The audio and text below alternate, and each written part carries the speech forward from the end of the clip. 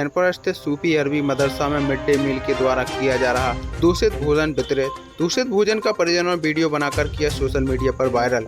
जिला प्रशासन से लगाई संबंधित भोजन की जांच कर कार्रवाई के साथ गुणवत्तापूर्ण भोजन वितरित करने की गुहार।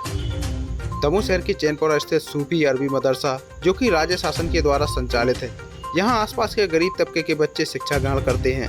वहीं उन्हें शासन के द्वारा मिलने वाली सारी सुविधाएं तो मिल गई, लेकिन आज भी यह गुणवत्तापूर्ण भोजन मिलने की बाट जो रहे हैं। वहीं आज मिड डे मील से पहुंचे भोजन की गुणवत्ता की जांच की गई तो लोगों ने इसकी जानकारी सोशल मीडिया के माध्यम से वीडियो वायरल कर दी, जिसमें उन्होंने विद्यालय में दूषित भोजन वितरित करने के आरोप लगाए हैं। वहीं उन्होंने यह भी बताया कि भोजन वितरित करने वाले कर्मचारियों के द्वारा शिक्षकों से भी इस भोजन का विरोध न करने की बात कही है। वहीं मौके पर पहुंचे मीडिया कर्मियों के द्वारा जब विद्यालय के शिक्षकों, बच्चों एवं उनके परिजनों से बात की गई तो जमीनी हकीकत उन्होंने खुद ही बयान कर दी और बताया कि इस तरह मिल रहे दूषित भोजन से बच्चे बीमार हो रहे हैं, जिन्होंने मीडिया के माध्यम से जिला प्रशासन से बच्चों को मिल रहे भोजन की जाँच के साथ साथ संबंधितों पर कार्रवाई किए जाने के साथ गुणवत्तापूर्ण भोजन वितरित किए जाने की गुहार लगाई है।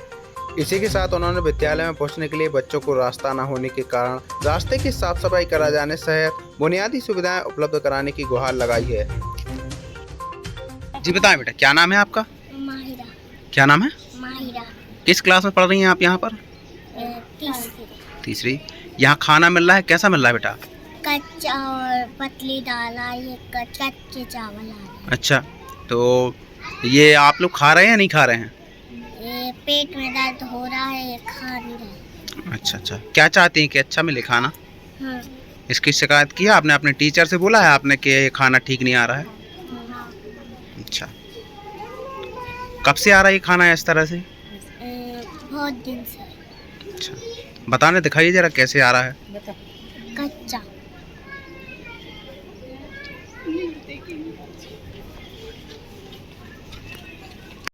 जी बताइए, क्या हुआ है अपने यहाँ पर मदरसे में जो खाना मिल रहा है, क्या संतुष्ट हैं आप इस बात से? नहीं है, बच्चों के लिए जे ऐसा खाना आ रहा है। कैसा खाना है? कच्चा खाना है, बिल्कुल पतली दाल है, वो बासी पुड़ियाँ हैं।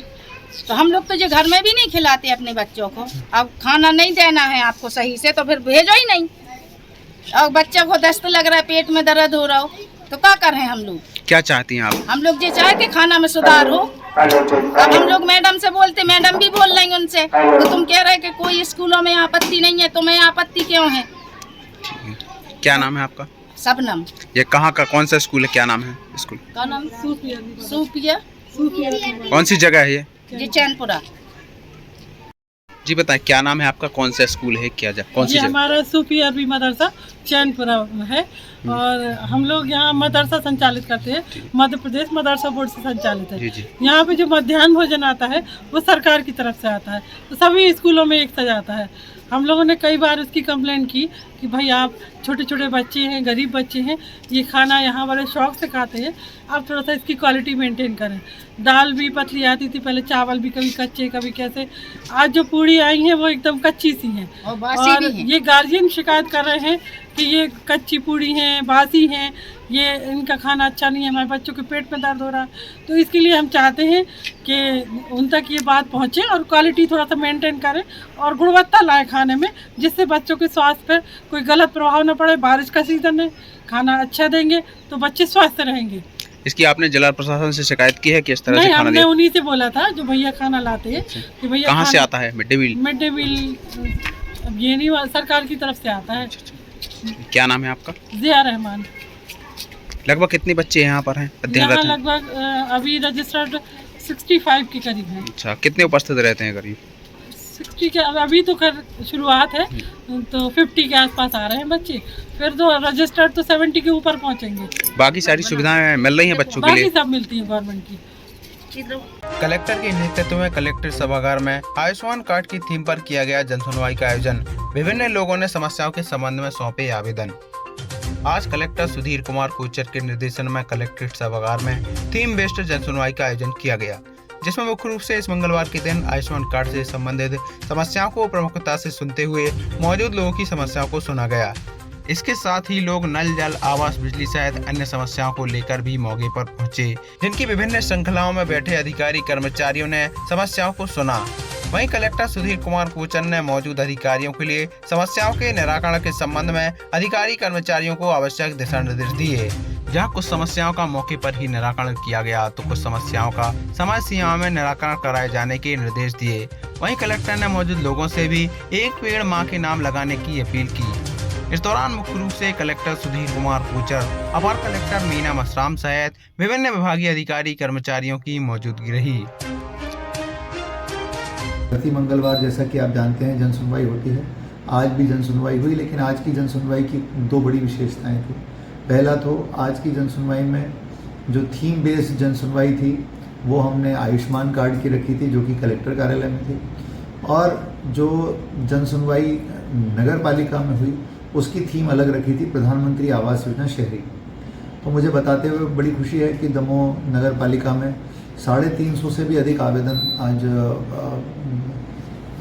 जन सुनवाई में प्राप्त हुए हैं और उनका समाधान करने का पूरा प्रयास नगर पालिका के द्वारा किया गया है।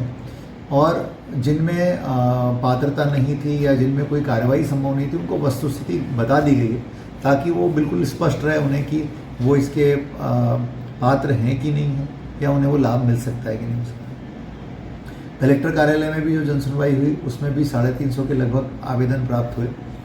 इस प्रकार आज दमोह में लगभग 700 से अधिक आवेदन जन सुनवाई में मिले हैं और इन सब आवेदनों पर जो भी समुचित कार्रवाई थी वो सुनिश्चित करने का प्रयास किया गया है। 3 आवेदकों को हमने मौके पर ही ट्राइसिकल उनको दी है, जिनमें एक बुजुर्ग तो 95 ईयर्स के थे जिनको ट्राइसिकल दी गई। नगर पालिका में हुए भ्रष्टाचार की पुनः की गई जांच की मांग, कलेक्टर को सुनवाई में दिया गया पुनः आवेदन। नगर पालिका हमेशा ही भ्रष्टाचार को लेकर चर्चाओं में बनी रहती है। वहीं कुछ दिन पूर्व भी नगर पालिका के द्वारा वर्ष 2023 एवं 24 में स्वच्छता सर्वेक्षण के अंतर्गत दिए गए कार्यों की PDF फाइल की लिस्ट शहर में वायरल हुई थी, जिसमें हर एक कार्य को 2 बार दिखाया गया है, जो 1 लाख से कम कीमत के दिखाई दे रहे हैं। इसके शहर के आमजन तक पहुंचने पर करोड़ों रुपए का भ्रष्टाचार होने की आशंका के चलते भारतीय जनता पार्टी के सदस्य आशीष शर्मा ने दमोह कलेक्टर सुधीर कुमार कोचर को विगत 15 मई को आवेदन सौंपते हुए नगर पालिका में हुए भ्रष्टाचार की जांच के संबंध में एक आवेदन दिया था, जिस पर संज्ञान लेते हुए कलेक्टर सुधीर कुमार कोचर ने 15 दिनों में जांच कमेटी बनाकर 15 दिन के अंदर ही जांच पूरी करने के साथ साथ जन सामान्य के बीच दोषियों पर कार्रवाई करने की बात कही थी। लेकिन आज दिनांक तक जांच न होने के चलते आशीष शर्मा के द्वारा मंगलवार को पुनः कलेक्ट्रेट कार्यालय पहुंचकर आवेदन दिया गया और जल्द ही जांच कर दोषियों पर कार्रवाई किए जाने की मांग की गई। किस संबंध में आज शिकायत की? विगत कुछ दिन पहले 13 या 14 मई को एक नगर पालिका की भ्रष्टाचार की लिस्ट जो सोशल मीडिया पर वायरल हुई थी, जिसमें कथित लोगों के द्वारा करोड़ों रुपए का भ्रष्टाचार किया गया था।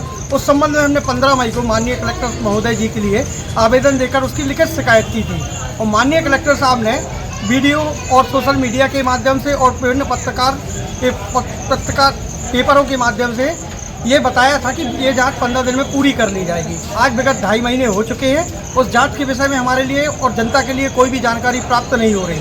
तो हम संविधान पे भरोसा करते हैं और हमें प्रशासन की न्यायिक प्रक्रिया पे पूर्ण भरोसा है। उसके तहत आज शहर में होने वाली मध्य प्रदेश शासन के द्वारा जन सुनवाई जो निर्धारित की जाती है न्याय के लिए, हमने माननीय कलेक्टर साहब के लिए इस नगर पालिका के भ्रष्टाचार के खिलाफ में एक आवेदन प्रेषित किया है कि नगर पालिका में जो लगातार भ्रष्टाचार हुआ है और जो जनता को दिख रहा है वो आपको क्यों नहीं दिख रहा है, उसकी जांच में इतना विलम्ब क्यों हो रहा है। तो हमने इस जन सुनवाई में आवेदन के माध्यम से कलेक्टर साहब से मांग करी है कि इस जांच में जो भी जांच अधिकारी गठित किए गए हैं उनके नाम, उनके द्वारा की गई जांच और जांच कब तक समाप्त हो जाएगी और दोषियों को दंड कब तक मिलेगा, इसकी विस्तृत जानकारी एक प्रेस मीडिया के माध्यम से जारी करें। कलेक्टर साहब ने हमें आश्वासन दिया है कि इस पर जल्द से जल्द कार्रवाई करेंगे और दोषियों पर जेल की कार्रवाई की जाएगी। हिंदू विरोधी आपत्तिजनक बयान देने के विरोध में कीर्ति स्तंभ पर हिंदू जागरण मंच के कार्यकर्ताओं ने फूका राहुल गांधी और असदुद्दीन ओवैसी का पुतला। संसद भवन में राहुल गांधी और असदुद्दीन ओवैसी के द्वारा दिए गए हिंदू विरोधी बयान के विरोध में आज आक्रोशित युवाओं ने हिंदू जागरण मंच के बैनर तले अंबेडकर चौक से रैली निकालकर विरोध प्रदर्शन करते हुए नारेबाजी कर कीर्ति स्तंभ चौक पहुंचकर राहुल गांधी और असदुद्दीन ओवैसी का पुतला दहन किया। साथ ही हिंदू विरोधी बयान देने वालों पर कार्रवाई की मांग की। इस दौरान मुख्य रूप से नित्या प्यासी, कृष्णा तिवारी सहित बड़ी संख्या में युवाओं की मौजूदगी रही। साथ ही सुरक्षा की दृष्टि से फायर ब्रिगेड सहित सब इंस्पेक्टर प्रदीप चौधरी एवं भारी पुलिस बल मौजूद रहा। ये राहुल गांधी ने आज संसद में बोला है, कल संसद में बोला है कि सनातन धर्म को पहले इन्होंने डेंगू मलेरिया से तुलना करके उसको खत्म करने की बात करी थी। मल्लिकार्जुन खड़गे एक बार कह रहे थे कि सनातन देश के लिए खतरा है। कल राहुल गांधी मंदबुद्धि ने कहा है कि हिंदू हिंसक है।